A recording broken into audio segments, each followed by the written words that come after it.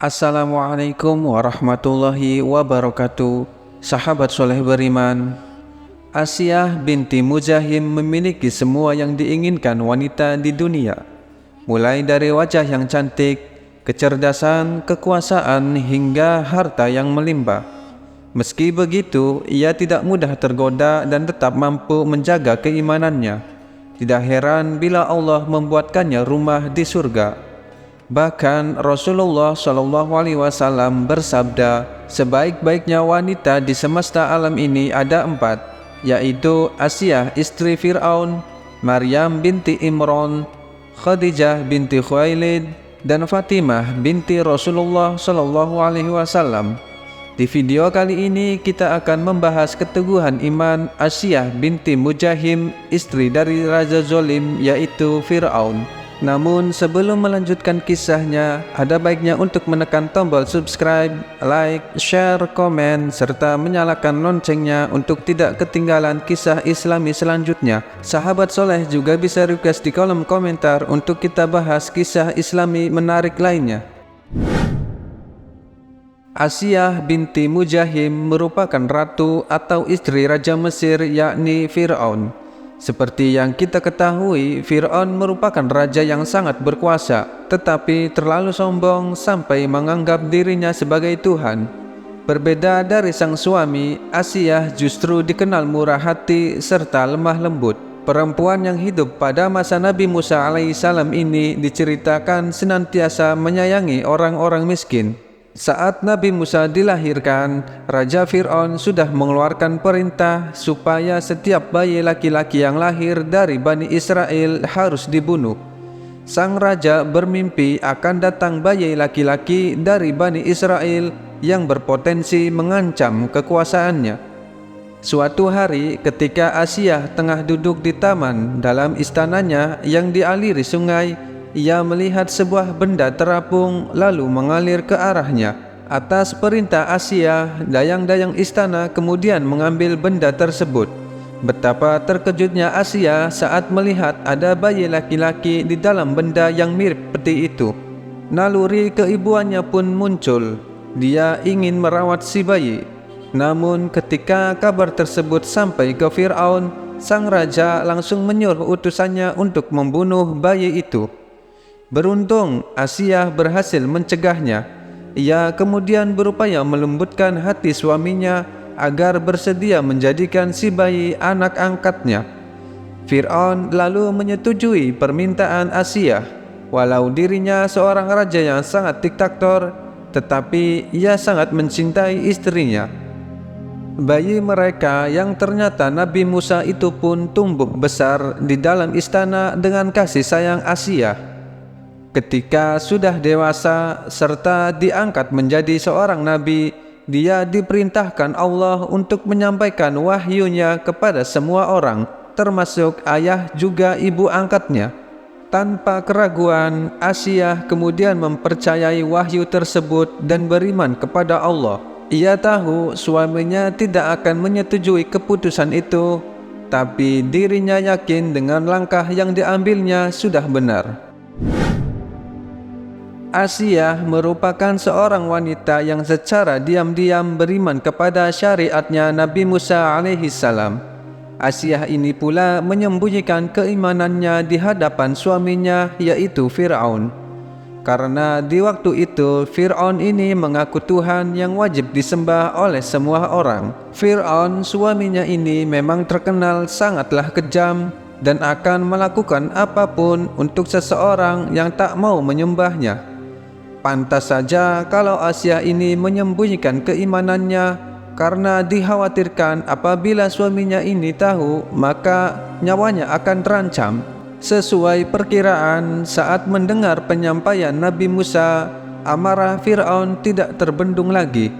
Dia bahkan langsung memerintahkan prajuritnya agar membunuh semua orang yang mengikuti ajaran Nabi Musa, tidak terkecuali tukang sisirnya Fir'aun yaitu Masyitoh. Masyitoh menyembunyikan keimanannya sampai akhirnya Fir'aun mendengar kabar bahwa Masyitoh telah mengikuti ajaran Nabi Musa. Masyitoh pun akhirnya dihukum oleh Fir'aun dengan hukuman digoreng hidup-hidup bersama anak-anaknya. Tatkala ketika ada peristiwa pembunuhan Masyitoh dan anak-anaknya oleh Fir'aun, di saat itulah Asiyah mulai menunjukkan keimanannya. Asiyah tidak tahan dengan perbuatan biadab suaminya ini, yang tega menggoreng hidup-hidup Masyitoh dan semua anak-anaknya. Maka ketika mengetahui hal ini, Asiyah pun marah besar kepada suaminya. Kemudian Asiyah mendatangi Fir'aun dan berkata, "Celakalah kau, wahai suamiku, alangkah beraninya engkau kepada Allah Subhanahu wa Ta'ala."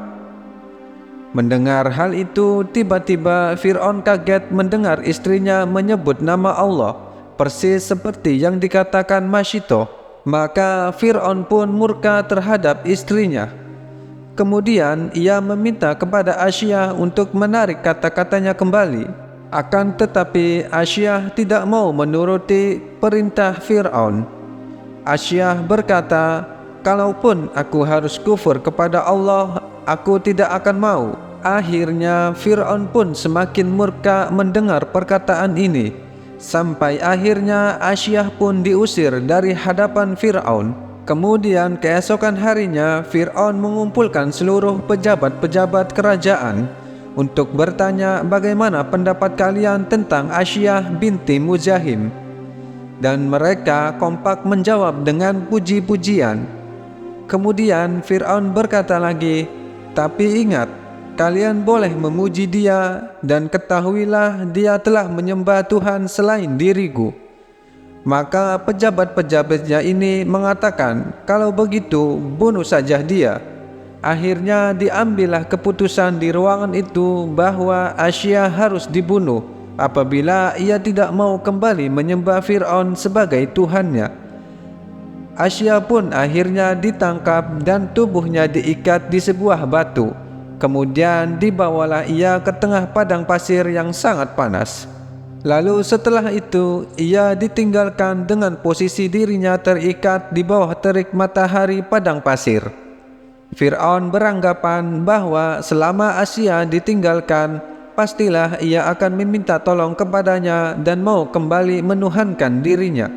Lalu kemudian selama Asiyah ditinggal sendirian di tengah padang pasir, Nabi Musa alaihissalam datang kepadanya. Dipeganglah tangan Asiyah ini yang juga sebagai ibu angkat Nabi Musa, dan kemudian Musa pun membisikkan di telinganya, "Allah tidak akan melimpahkan rasa sakit kepadamu." Tatkala ketika beberapa waktu ditinggalkan, Fir'aun pun kembali mendatangi Asiyah bersama pasukan kerajaan. Lalu kemudian Asiyah pun ditanya kembali mengenai siapa yang patut disembah, apakah Allah atau Fir'aun. Namun karena Allah sudah menanamkan keimanan di hatinya Asiyah, maka Asiyah pun menjawab, "Tiada Tuhan selain Allah yang patut disembah." Mendengar hal ini, Fir'aun semakin murka. Kemudian ia menyiksa Asiyah. Asiyah dipukulinya secara membabi buta, dalam posisi terikat di bawah teriknya matahari padang pasir. Sembari disiksa, Asiyah pun dipaksa untuk murtad. Namun dengan keteguhannya, Asiyah tetap mempertahankan keimanannya kepada Allah Subhanahu wa Ta'ala. Siksaan Fir'aun yang Asiyah terima ini sangatlah kejam, sampai-sampai pakaian Asiyah binti Muzahim terlepas sebagian karena siksaan dari Fir'aun ini. Karena kabar yang dibisikkan Musa kepada Asiyah, selama Asiyah mengalami penyiksaan, ia tidak merasakan sakit. Bahkan Asiyah tersenyum dan tertawa ketika disiksa Fir'aun. Melihat Asiyah tersenyum dan tertawa, akhirnya Fir'aun semakin menggila menyiksa Asiyah. Dalam penyiksaannya, Fir'aun berkata, "Lihat, aku sudah mengazab dia. Aku sudah menyiksa dia, tapi dia malah tertawa." Dan pada suatu momen ketika siksaan Fir'aun telah melampaui batas dan Asiyah tetap pada keimanannya, maka Fir'aun pun mengambil keputusan untuk membunuh Asiyah. Maka pada saat itu ketika Asiyah menyadari kalau ajalnya sudah sangat dekat, Asya pun mengangkat wajahnya ke langit dan berdoa kepada Allah untuk dibangunkan sebuah istana di surga untuknya. Maha besar Allah dengan segala kekuasaannya. Dalam sekejap setelah Asya selesai berdoa, Allah pun langsung mengabulkan doanya itu. Maka ditampakkannya istana yang diminta Asya. Asya benar-benar melihat istananya tersebut dan ia tahu bahwasannya doanya langsung diijabah oleh Allah. Maka Asya pun tersenyum sambil melihat istananya itu. Sementara itu, Fir'aun ketika melihat Asya yang sedang tersenyum dan tertawa, dia berkata dengan tawa kesombongannya, "Lihatlah wanita itu, gilanya sudah semakin menjadi." Sampai akhirnya Fir'aun pun benar-benar membunuh Asya.